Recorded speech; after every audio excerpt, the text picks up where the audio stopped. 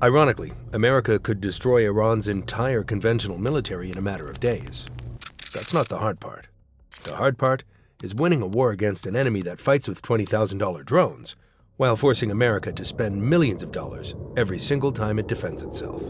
Every time a U.S. Navy destroyer fires a $2 million Patriot interceptor to shoot down a $20,000 Iranian Shahed drone, the U.S. is losing the war. It doesn't matter that the interception was successful. On the ledger of modern attrition, the math is completely broken. In a full-scale kinetic engagement with Iran, the most powerful military in human history faces a terrifying systemic bottleneck, running completely out of missiles. So, can America actually win the Iran war? Or has Washington walked directly into a multi-billion-dollar strategic trap? To understand that, we have to look at one narrow waterway that dictates America's entire Middle Eastern strategy. America's entire strategy in the Middle East depends on keeping one narrow 21-mile waterway open, the Strait of Hormuz. If Iran successfully chokes off this passage, over 20% of the world's daily oil supply is instantly blocked. For the average American, this isn't a distant geopolitical issue. It means an overnight spike in global oil prices, soaring shipping insurance rates, and an immediate, severe shockwave felt through the entire U.S. supply chain. This is why America has to care. But trying to keep it open by force is a tactical nightmare. Iran's entire military doctrine has been meticulously engineered to avoid direct vessel-for-vessel naval battle. Instead, they use swarm tactics, low-signature cruise missiles, and cheap sea mines to target commercial shipping. Because defending a shipping convoy requires a 100% success rate, the U.S. Navy must intercept every single threat. For Iran, the threshold to victory is terrifyingly low. They only need a single cheap drone to slip through, strike a commercial tanker, and freeze all maritime transit. But if America can't win by simply shooting down drones, what happens when they try to protect the shipping lanes directly? The biggest problem for the U.S. Navy isn't destroying incoming targets. It's running out of missiles. During a coordinated attack, Iran's tactic is saturation. They will launch wave after wave of cheap, mass-produced drones and unguided rockets to deliberately trigger America's air defense systems. A U.S. Navy destroyer carrying a finite number of vertical launch cells can't reload at sea. Once those interceptors are fired, the ship is highly vulnerable and must leave the combat zone to reload. This is where the cost asymmetric math becomes devastating. An Iranian Shahed drone costs just $20,000. A U.S. Navy SM-2 interceptor costs roughly $2 million. This means the U.S. is spending 100 times more to defend a target than Iran spends to attack it. Even worse, while Iran can rapidly mass-produce these drones in low-tech warehouses, it takes the U.S. defense industry over a year to manufacture a single replacement interceptor.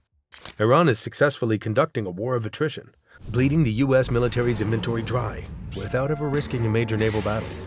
Many people think America already solved this exact problem back in the 1980s. But today, Iran is completely different.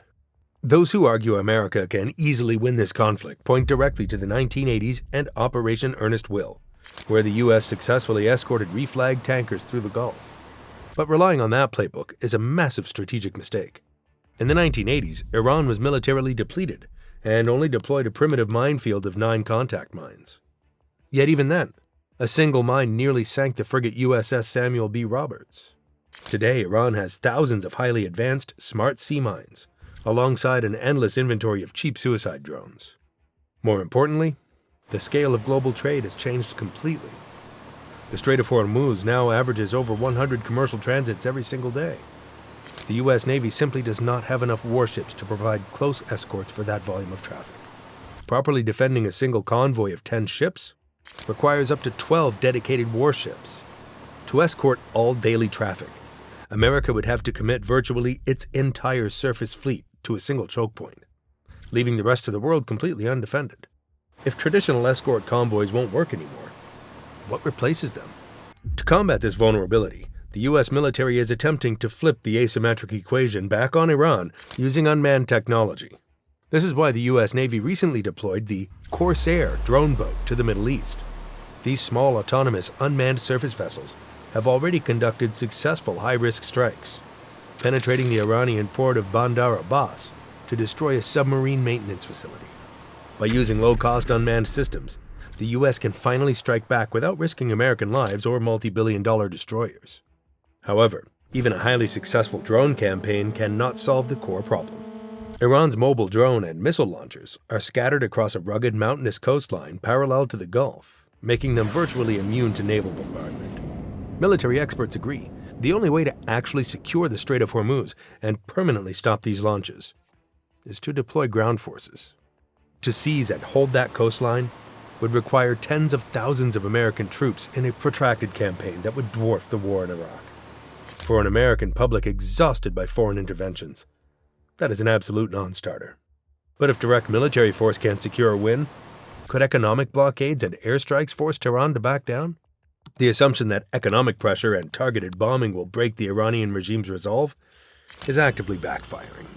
Instead of turning a frustrated population against the government, foreign strikes are igniting a massive, unifying wave of domestic nationalism. Even citizens who once fiercely protested the regime are now volunteering for the military to defend their native soil. This surge in public patriotism has completely empowered the most radical hardline factions within the Iranian Revolutionary Guard Corps. Moderate politicians who once advocated for diplomatic compromise with the West have now been completely sidelined and labeled as traitors. Tehran's new leadership has made its goal explicit: dominate the strait, no matter the cost. This means that further U.S. military escalation will not force concessions. It will only guarantee a permanent, relentless war of attrition. Which brings us to the final, unavoidable verdict on the equation of war. When we tally up the ledger of this conflict, the final equation of war becomes undeniable. America cannot win a conventional war against an enemy that refuses to fight conventionally. If the United States relies purely on its naval power, it will slowly but surely exhaust its finite inventory of multi-million-dollar interceptors against an endless swarm of cheap mass-produced drones. If the U.S. attempts to force the strait open using convoys, it risks losing priceless capital ships to low-cost sea mines and saturation strikes. And if Washington decides to solve the problem permanently by deploying ground troops, it enters a catastrophic, endless quagmire. Iran does not need to possess a superior navy, a superior air force, or a superior economy to win this war. They only need to keep the cost of American defense higher than the cost of Iranian offense. As long as that asymmetric equation remains intact, the United States is fighting a war it mathematically cannot afford to win. The next time you see news of another successful U.S. missile interception in the Persian Gulf, don't look at it as a victory. Look at the ledger. Look at the dwindling stock of interceptors. And remember that in the modern equation of war, the side with the most expensive weapons is often the side that's running out of time.